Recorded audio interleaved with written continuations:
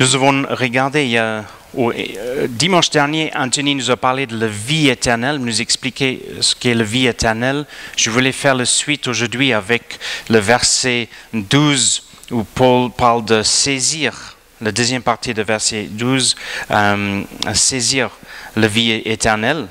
Mais la première partie de verset 12, c'est combattre le bon combat de la foi. Et après, Paul dit, saisis la vie éternelle que Dieu t'a appelé à connaître. Et je me suis dit, je ferai un partie, 10 minutes, 15 minutes, fais le bon combat de la foi, et l'autre moitié du message sur saisis la vie éternelle. Mais c'est trop riche, c'est trop profond. Donc je fais juste sur cet aspect, fais le bon combat de la foi. Pour vous mettre dans le contexte, Timothée à Éphèse, il a besoin de conseils, jeune pasteur. Paul va lui écrire une lettre qu'on appelle un épître, avec plein de conseils pour l'Église, pour l'administration des églises. C'est une source d'édification pour tous les chrétiens depuis. Et on considère que c'est une lettre inspirée du Saint-Esprit et donc pertinent pour tous les chrétiens partout dans le monde. Et il dit en verset 11, « Mais toi, homme de Dieu, fuis toutes ces choses. » Il y a 15 jours, on a regardé les choses à fuir. Et c'était essentiellement la déviation de le bon enseignement de la parole de Dieu. La déviation, c'est-à-dire les faux enseignants qui amènent les mauvaises doctrines, les faux doctrines. Entre parenthèses, je ne connais pas de chrétiens qui sont d'accord sur tout qui est dans cette parole. La parole est très profonde. Il y a des sujets secondaires sur lesquels on peut avoir une différence d'interprétation. Mais des choses de première importance, essentielles à la foi, là, si on dévie de ces choses-là, on n'est plus dans le christianisme, on n'est plus dans la foi en Christ et sa grâce. Donc les choses de première importance, on les garde. Les choses de deuxième importance, on ne fait pas de division, on ne se met pas en colère des choses de deuxième importance. On dialogue dans l'amour, mais on ne veut pas que les faux doctrines commencent à rentrer dans l'Église. Et Paul dit à Timothée, il faut faire attention. Les gens remplis d'orgueil qui commencent à faire des spéculations, les controverses sur les mots. Qu'est-ce qui en résulte? Des jalousies, des disputes, les dénigrements réciproques, les soupçons malveillants, des discussions interminables entre gens à l'esprit faussé. Ils ne connaissent plus la vérité et considèrent la foi en Dieu comme un moyen de s'enrichir. Ça, c'est juste les versets qui précèdent en 1 Timothée chapitre 6. Et ça, c'est le deuxième avertissement à Timothée. Attention aux personnes qui cherchent à profiter de la foi simplement pour s'enrichir. Ils s'en fichent que les gens soient sauvés ou pas, nés de nouveau ou pas, touchés par le Seigneur ou pas. Ils abusent de l'évangile pour leur propre bien.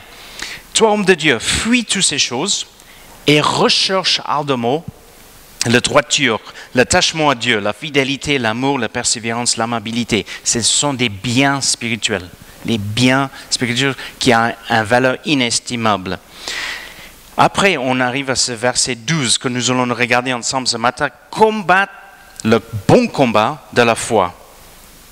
Combat le bon combat de la foi. La question que je voudrais poser, que veut dire combat le bon combat de la foi? C'est une instruction donnée à Timothée. Combat le bon combat de la foi. On va se focaliser sur ça. Essentiellement, si je devais vous donner une définition le combat de la foi, c'est large, c'est profond, il y a beaucoup de choses dedans, mais essentiellement, c'est le maintien de la vérité de l'Évangile. Le maintien de la vérité de l'Évangile, c'est-à-dire la foi en Christ, de la vivre et de la proclamer dans l'amour, même si ça nous coûte.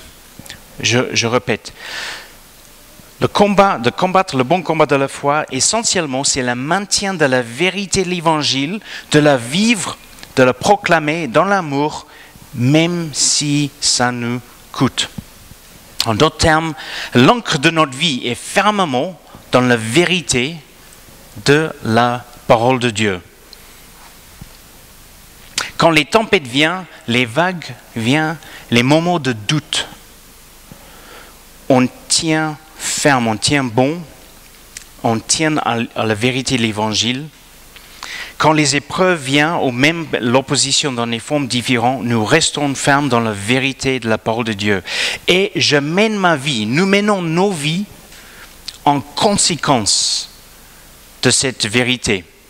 La façon que nous vivons montre que nous maintenons dans nos cœurs la vérité de l'Évangile. Il n'y a pas de déviation de l'Évangile. Pour expliquer ça un petit peu, je profite d'une citation de M. A.W. Tozer. A.W. Tozer, un théologien, pasteur, écrivain américain, un homme très très respecté dans le milieu chrétien, de façon internationale. Et bien, il est bien connu dans le monde anglophone. Il a fait une citation, je vous le dis en anglais, rapidement, après je vous donne la traduction, d'accord? Il a dit « We cannot pray in love and live in hate and still think we are worshiping God. » Traduction. Nous ne pouvons pas prier dans l'amour, vivre dans la haine et penser que nous adorons toujours Dieu. Nous ne pouvons pas prier dans l'amour, vivre dans la haine et penser que nous adorons Dieu. C'est-à-dire, si nous faisons le bon combat de la foi, nous gardons la vérité de l'Évangile et nous le mettons en pratique dans notre vie. Il y a forcément comme fruit au résultat une cohérence entre ce que nous croyons et d'un côté et comment je vis de l'autre côté. Mes actions, mes paroles, tout ça, c'est un reflet de ce que je crois. Des fois, il y a des personnes pour avoir une théologie très orthodoxe. Je dis orthodoxe dans le sens positif, c'est-à-dire ils sont très attachés aux Écritures. Ils sont arrache-pied pour l'application des Écritures. Mais dans leur vie, il y a un écart. Il n'y a pas de grâce, il n'y a pas d'amour, il n'y a pas de... il faut qu'il y ait une cohérence dans notre vie. On ne peut pas prier dans l'amour et vivre dans la haine et penser toujours que nous sommes en train d'adorer Dieu. De faire le bon combat de la foi, vous et moi, on ne peut pas le faire sans l'aide de Dieu. On ne peut pas le faire sans que le Saint-Esprit vienne travailler dans nos vies et animer nos cœurs. Vous savez que, je vous fais une confession, j'ai dû plus d'une fois me repentir, j'étais obligé de me repentir. Vous allez dire, mais Tim, on sait bien, on sait que tu dois te repentir. Mais plus d'une fois, de me repentir, d'avoir eu un sentiment de haine dans mon cœur. Il y a quelques années, on a eu un litige avec un voisin de l'église. Et ce monsieur-là, il a commencé à insulter des femmes dans l'église, avoir les paroles très très vulgaires. Et quand je suis allé lui parler, il m'a insulté aussi. Qu'il m'insulte, en fait, je m'en moque. 11 ans dans la marine, on voit plein de choses. Honnêtement, c'est pas un problème pour moi. Ça. Mais qu'on va insulter des femmes, des mamans avec enfants, etc. Et que ces femmes rentrent tout troublées comme ça, ça commençait à me travailler. Et j'ai commencé à avoir des pensées noires pour cette personne. Et ça m'a troublé parce que je sens l'esprit du Saint-Esprit dans mon cœur qui me dit, Tim, attention. Vous vous rappelez quand Cain était en colère après son frère Abel, Dieu vient lui voir et dit, Cain, il y a le péché qui est à la porte. Il faut que tu le maîtrises. Dieu avertit Cain avant qu'il tue son frère par colère, de jalousie, qui a sans doute devenu sans doute une haine. Pour pouvoir tuer notre propre frère, ça devait être une forme de haine. Et j'ai appelé un ami chrétien et j'ai dit, écoute, ça c'est la situation. Il habite à Paris, c'est dans la famille de Nadine, c'est un homme rempli de l'esprit. Je lui dis, il s'appelle Gilles, je dis, Gilles, écoute, c'est ce qui se passe et je commence à penser des choses auxquelles je dois demander pardon à Dieu et je crains que si je lui parle, je risque de faire quelque chose qui va me faire perdre mon travail. Et il m'a dit, mais derrière ce monsieur, il y a une dimension spirituelle. Il est manipulé par le diable. Et dès qu'il a dit ça, il y a une révélation dans mon cœur. Notre combat n'est pas contre les hommes. Notre combat n'est pas contre le sang et la chair, Éphésiens chapitre 6, mais contre les autorités ténébreuses, dans les puissances des ténèbres. Et dès que j'ai réalisé cet pauvre homme, dans un sens, c'est pas qu'il est pour rien, il est conscient de ce qu'il fait, mais qu'il est juste manipulé. Il faut pas que je m'attaque à lui, que je me mets dans un combat spirituel contre les puissances des ténèbres qui lui manipulent et qui animent son esprit. Et tout de suite, j'étais en paix avec lui. J'avais plus de mauvaises pensées noires, des sentiments mauvais dans mon cœur vis-à-vis de cette personne. Et tout de suite, mon attitude, oui, toujours méfiance, absolument. Je surveillais la situation, mais de nouveau, je sentis un amour et un désir de lui voir être sauvé. Il y a 2 ans, peut-être, il a failli à un accident de voiture. Je suis allé lui voir, dit, peu importe ce qui s'est passé dans le passé, nous prions, parce que je dis nous prions pour vous, nous prions pour vous, et on ne veut pas que quelque chose vous arrive. Hein. Prenez bien soin de vous, pour qu'ils sachent, il n'y a pas de haine, il n'y a pas de...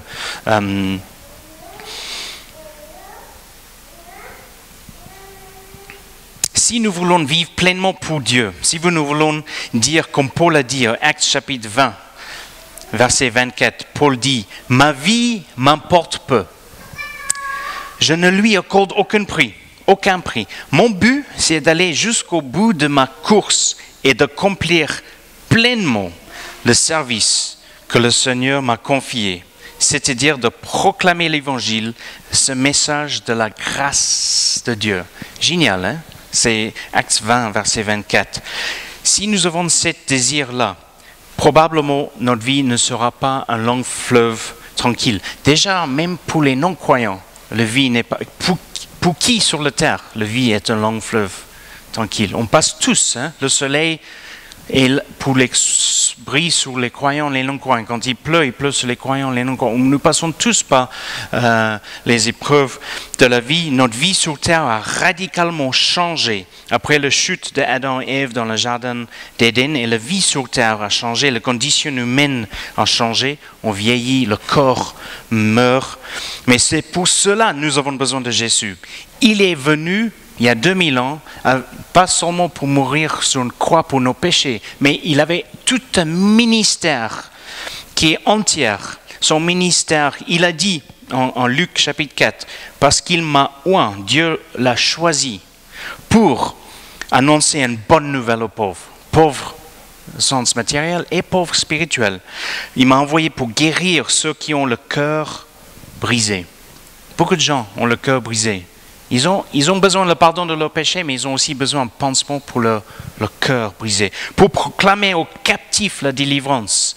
Beaucoup de personnes, même des chrétiens, sont captifs. Quelque chose qui enlève leur liberté. Ça peut être une façon de penser, ça peut être une mauvaise habitude qui devient... Jésus est venu pour proclamer aux captifs la délivrance et aux aveugles le recouvrement de la vue spirituelle, le recouvrement de la vue physique, la guérison pour nos corps, pour renvoyer libres les opprimés, les gens opprimés par les puissances des ténèbres, d'être libérés de cette oppression.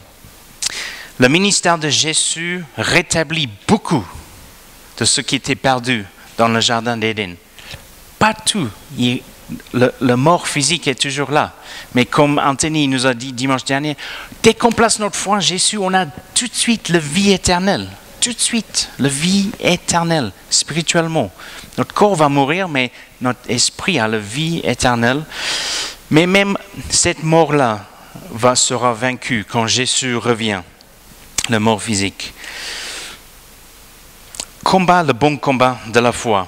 Okay, pour parler un peu plus sur le combat de la foi, pour essayer de développer cette instruction de Paul, combat, le bon combat de la foi. Qui dit combat, dit adversaire. Qui dit combat, dit adversaire. Paul fait allusion à ça dans un autre texte, dans Corinthiens, il parle de la boxe. Il parle de quelqu'un qui fait de la boxe, un combat. 1 Pierre chapitre 5, verset 8, dit « Votre adversaire, le diable, virgule, rôde comme un lion rugissant, cherchant qui la dévorera. Résistez-lui en demeurant ferme dans votre foi. » C'est-à-dire que nous avons un adversaire, il s'appelle le diable. Notre adversaire n'est pas notre voisin, le collègue, les gens. Ce n'est pas le chair et le sang. Ephésiens chapitre 6. Nous avons notre adversaire et c'est un adversaire spirituel. Mais il est vaincu. Il est vaincu par le sang de Jésus. Et des fois, on doit se rappeler de ça. Il n'est pas en égalité avec Dieu. Ce n'est pas un combat qui va comme ça, Dieu, le diable, Dieu, le diable. Il est déjà vaincu. Il est déjà vaincu. Dieu est souverain. Dieu est tout-puissant. Dieu est omniscient, omniprésent. Le diable ne peut pas être partout. Mais le diable n'a rien à voir avec la puissance de Dieu. Mais il est notre adversaire. Et ça, c'est important pour nous de garder en tête. Pourquoi? Parce que les hommes se trompent souvent du combat parce qu'il se trompe d'adversaire. Il se met à combattre contre les hommes. À l'image de Cain, qu'au lieu d'essayer de maîtriser le péché, a tué son propre frère. Et des fois, même les chrétiens se trompent d'adversaire. Je viens de donner un témoignage, un moment où je me suis trompé d'adversaire, où je commence à sentir des sentiments très noirs vis-à-vis d'une personne, et avec l'aide du Seigneur, avec le Saint-Esprit qui vient me parler, il y a repentance et un paix et un amour en Christ. C'est pas un amour où maintenant on va faire les barbecues ensemble, hein? C'est pas ça. Hein? La réalité, c'est qu'il y a méfiance, mais il n'y a pas d'haine, il y a un amour. Donc le cœur est en paix. Vous comprenez la différence. Quand on vient arrêter Jésus dans le jardin de Gethsémani, est-ce que vous vous rappelez ce qui s'est passé? Un des disciples, qu'est-ce que fait Pierre? Il sort son épée. Il se trompe du combat. Au lieu de faire le combat de la foi, il fait le combat contre les hommes. Il sort son épée. La Bible nous dit qu'il y avait le serviteur du souverain sacrificateur qui s'appelle Malchus. Entre parenthèses, le Nouveau Testament est génial. Une des raisons pourquoi les professeurs universitaires et ceux qui font les études en littérature d'Antiquité disent que les évangiles, Matthieu, Marc et Luc, ils tiennent leur route parce qu'ils sont tellement différents des fables écrites à l'époque.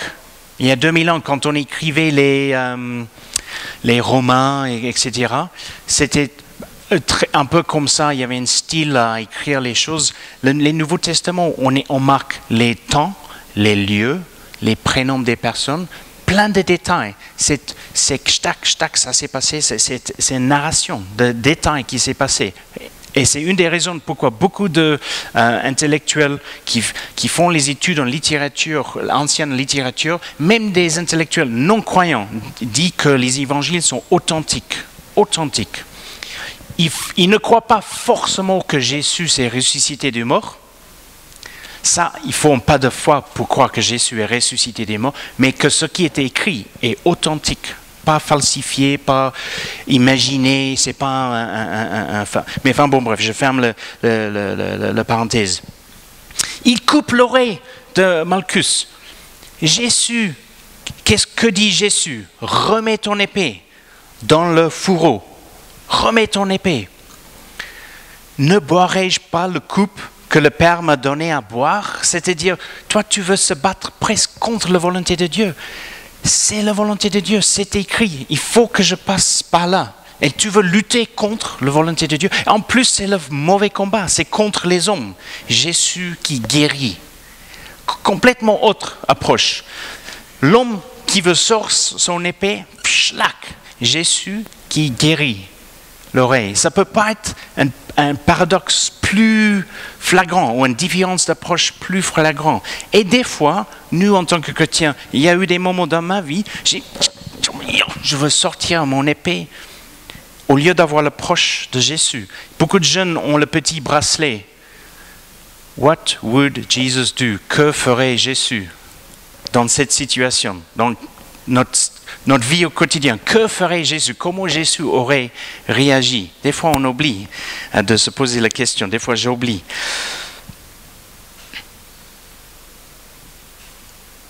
Remets ton épée dans le fourreau. Il s'est trompé de combat, s'est trompé d'adversaire. Quelques exemples dans l'histoire où, historiquement, les hommes qui se disaient chrétiens se sont trompés du combat. Et quand je cite ça, je le dis humblement, c'est pas pour polémiquer, rien, c'est pas pour juger, parce que moi j'ai besoin de demander pardon à Dieu pour mes propres péchés. Seule chose qui m'empêche de passer l'éternité en enfer, c'est le sang de Jésus que j'ai reçu par la grâce de Dieu. Je juge personne et personne dans le passé. Mais on peut apprendre du passé. Quelques exemples des erreurs où les chrétiens se sont trompés d'adversaires. Les croisades. Dans le but de rétablir le contrôle chrétien à Jérusalem, le pape Urbain II a fait appel à tous les chrétiens de venir monter en croisade contre les musulmans pour reprendre Jérusalem. Les historiens nous disent qu'en réalité, son but était de consolider sa place et sa position et son autorité en tant que pape en unifiant les chrétiens d'Occident sous la bannière d'une guerre, soi-disant une guerre sainte. Jésus dit, remets ton épée. Remets ton épée. Et le pape Urbain a dit que si ceux qui meurent dans la croisade en essayant de lutter pour que Jérusalem soit sous le contrôle des chrétiens, ils pouvaient automatiquement avoir le pardon de tous leurs péchés. Comme si la repentance n'était pas vraiment nécessaire, ou de marcher dans les voies de Dieu n'était pas vraiment nécessaire. Si vous mourrez en faisant cette croisade, vous avez automatiquement le pardon de tous vos péchés. Les historiens nous disent que beaucoup de seigneurs et princes sont y allés en cherchant surtout de la gloire et le renommée pour leur propre nom. D'autres cherchaient simplement une aventure en Orient. Des marchands, des hommes d'affaires voyaient l'occasion de faire des affaires dans les nouveaux marchés en Moyen-Orient. Sur les 9 croisades, 8 ont échoué. 8 ont échoué, mais ils ont réussi à laisser beaucoup de sang couler, beaucoup de souffrance, beaucoup d'amertume. Au lieu d'y aller avec l'amour, et nous venons en paix en proclamant la bonne nouvelle de Jésus et en implantant les églises. Et pour ceux qui voulaient refuser ce message, on respecte, on laisse comme ça. Mais on n'y va pas avec l'épée. Incroyable qu'en 1947, les Nations Unies ont adopté une résolution pour que Israël devienne un État indépendant, comme ça. Des fois, les hommes veulent lutter pour accomplir les choses et il faut laisser les choses s'accomplir dans le temps de Dieu. Dieu est souverain, il sait ce qu'il fait et dans le temps qu'il veut l'accomplir. Je ne mets pas en question que nos policiers ou nos militaires soient armés. Je ne mets pas en question le principe de légitime défense, mais justement légitime défense, pas attaquer juste pour attaquer ou même attaquer dans le nom de Jésus. Mais voilà, ça c'est un autre sujet. Un autre exemple où les chrétiens se sont trompés d'adversaires, la persécution par l'Église catholique romaine des réformateurs. Et là, je voudrais, c'est un point très très très important. Les réformateurs, les premiers réformateurs n'étaient pas protestants. Le mot protestant est venu beaucoup plus tard. Les premiers réformateurs étaient catholiques. Ils étaient des théologiens et les prêtres catholiques qui, grâce à leurs études des textes de la Bible et du Nouveau Testament, ont fait un appel à travers leurs écrits, ont fait un appel à l'Église, et à l'époque il y avait une seule Église catholique romaine, à se reformer de l'intérieur, Comme Wycliffe, en anglais Wycliffe, un prêtre catholique en Angleterre, dans le XIVe siècle, un académique, professeur à l'université d'Oxford, et dans le temps, toutes les universités étaient commencées pour apprendre la Bible et enseigner la Bible. Après, la philosophie, etc., s'est attachée. Et Wycliffe, qui critiquait, entre d'autres, la vénération des saints et l'existence du système du papauté et la doctrine de transsubstantiation, c'est la doctrine qui dit que le pain et le fruit de la vigne, dès qu'on met dans notre bouche, se transforment littéralement dans cet instant-là dans la véritable chair et sang de Jésus. Même si il est mort il y a 2000 ans, ça se transforme dans la chair et le sang de Jésus. Tandis que nous croyons que c'est symbolique. Le pain et le fruit de la vigne, symbole de son corps et de son sang. Quand Jésus a dit, de la même façon, Jésus dit, je suis le chemin, la vérité et la vie, nul vient auprès du Père sauf par moi. Quand il dit, je suis le chemin, c'était symbolique, il n'est pas un chemin tracé sur terre. C'était une image symbolique, on vient auprès du Père par Jésus. De la même façon, nous croyons que c'était symbolique. Et Wycliffe, rejetant l'autorité spirituelle de l'Église institutionnelle, ne reconnaît pour seule source de la révélation que la Sainte Écriture. Et il a écrit en 1378,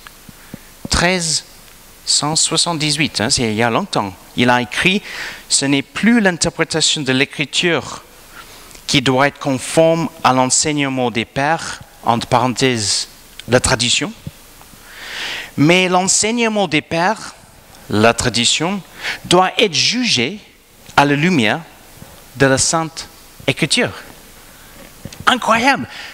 Un théologien catholique, pas du tout protestant, il a dit ça. Juste en parenthèse, si vous aimez l'histoire, il a traduit, lui, il avait à cœur que tous les Anglais puissent lire la Bible dans leur langue vernaculaire.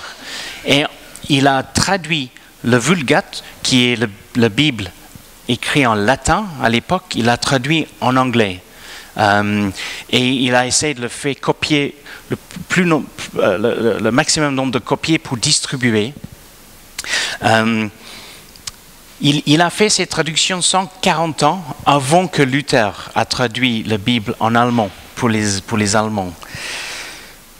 Et vous savez, le comble de tout ça, c'est que quand il est mort au fin du XIVe siècle, à peu près 40 ans après sa mort, il y a un concile où il était excommunié.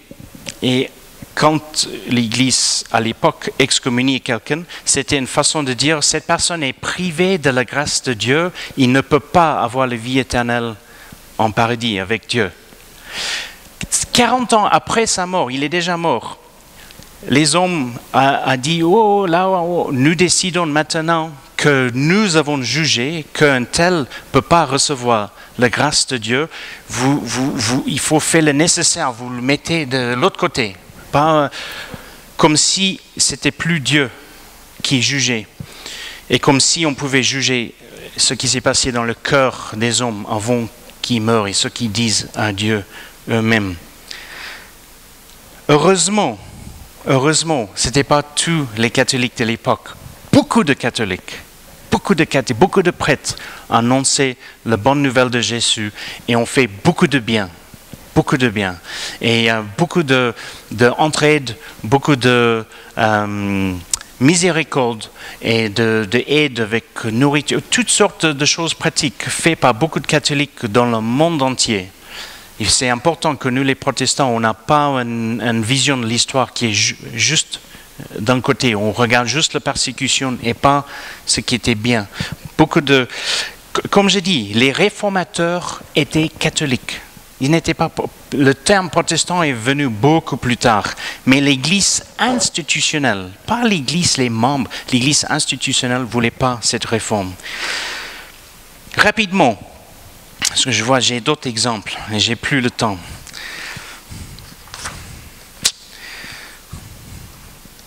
Rapidement, la persécution de personnes de couleur par des blancs chrétiens.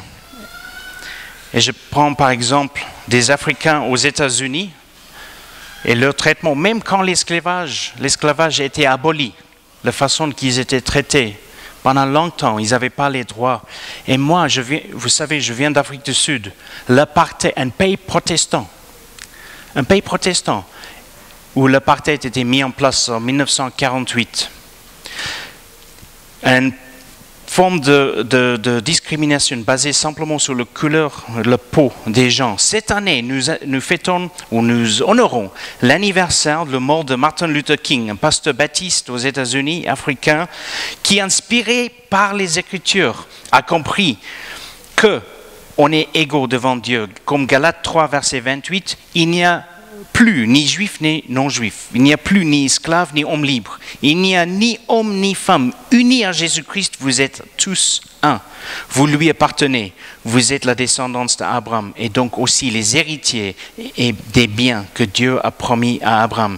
Martin Luther King qui a lutté pour l'égalité des droits. Et dans mon pays, en Afrique du Sud, beaucoup de politiciens proclamaient publiquement qu'ils étaient croyants, protestants, pratiquants, et en même temps vivaient avec un racisme. Heureusement, ce n'était pas tous les chrétiens. Beaucoup de chrétiens ont fait beaucoup pour lutter pour l'égalité des droits. Heureusement, je me souviens un homme indien a donné sa vie à Jésus dans notre église. Et mon père, avec des amis dans l'église, on l'a amené à une plage et c'était marqué à l'entrée de la plage réservée aux Blancs. Ça, c'était l'apartheid à cette époque. C'est fou quand on pense maintenant, hein. C'est juste fou, mais c'était l'apartheid. Plage réservée pour les Blancs et on attendait qu'il y avait moins de monde parce qu'on pouvait avoir un PV de la police. Ridicule, hein? Ridicule, complètement ridicule. Et on a baptisé cet homme qui, lui, légalement n'avait pas le droit d'être à la plage. On l'a baptisé et il, malgré la couleur de sa peau, il est devenu un frère. Il est devenu un frère en Christ. Alléluia! Égalité devant Dieu. Il n'y a ni homme ni femme unis à Jésus-Christ. Vous êtes tous un. Vous lui appartenez.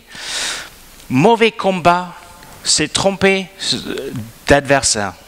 Encore de plus, Jésus dit, remets ton épée, et qu'on aille vers les gens. Ce que les protestants sud-africains aux blancs auraient dû faire, c'est aller vers les citoyens africains, dit, excusez-nous, on s'est trompé de combat, on s'est trompé d'adversaire. En fait, il faut que ça change. On vient avec amour. On veut vivre dans l'amour ensemble. Allons à l'église louer le Seigneur ensemble. C'est pour ça que le royaume de Dieu est génial. Quand nous rentrons dans ces portes-là, qu'on soit petits, personnes âgées, jeunes, femmes, diplômés, pas diplômés, pauvres, riches, on est égaux au pied de la croix et nous sommes frères et sœurs en Christ. Alléluia. Vous ne pouvez pas imaginer comment ça c'est restaurateur. En Afrique du Sud, quand l'apartheid est arrivé à son fin, j'en ai parlé déjà, mais quand l'apartheid est arrivé à son fin, beaucoup de personnes, dans la communauté métisse, ils avaient des problèmes un peu avec leur identité parce qu'ils se sont considérés comme les citoyens de deuxième classe tellement longtemps, ils avaient un manque de confiance en soi. Et pour beaucoup de ces personnes, mon beau-frère est métis. Quand ils sont devenus chrétiens, ils venaient à l'église louer le Seigneur avec un Africain de son côté, un blanc de ce côté, tous égaux. Et trouver l'amour de Jésus, il y a quelque chose qui est guéri. Il y a quelque chose qui guérit dans notre âme et il y a un amour qui vient et il y a des choses qui sont restaurées dans notre cœur. Alléluia, alléluia. Il ne faut pas qu'on se trompe de combat, il ne faut pas qu'on se trompe d'adversaire. Des fois, quelqu'un peut nous faire un tort, il faut qu'on lui pardonne et après on se méfie. On dit, ok, attention, on se méfie, peut-être on prend nos distances. Mais cette personne n'est pas notre adversaire. Nous avons un adversaire, c'est le diable. Pour conclure,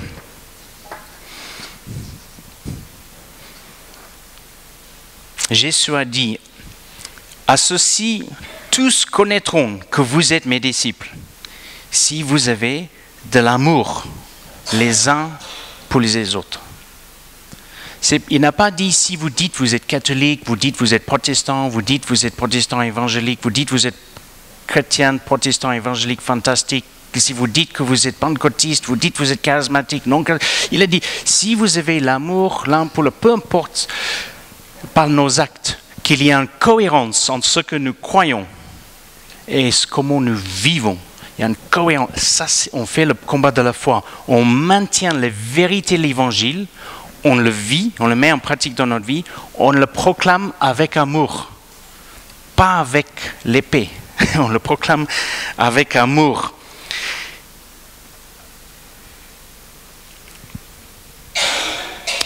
Paul a dit, à la fin de son ministère,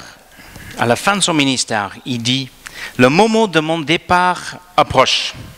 J'ai combattu le bon combat. Des années avant, il écrit à Timothée, il dit, Timothée, combat le bon combat de la foi. Des années plus tard, il dit, j'ai combattu le bon combat, j'ai achevé la course, j'ai gardé la foi. 2 Timothée chapitre 7. Il y a dimanche dernier, il y a Pascal n'est pas là ce matin, que tu lui salues de notre part.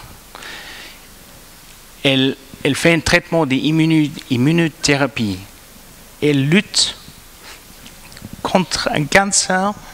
Elle lutte avec Claudia, Naomi, Anthony, Thomas et une équipe médicale. Elle lutte contre cette maladie qui veut la tuer. Et nous prions pour sa guérison. Nous continuons à prier et à intercéder pour sa guérison.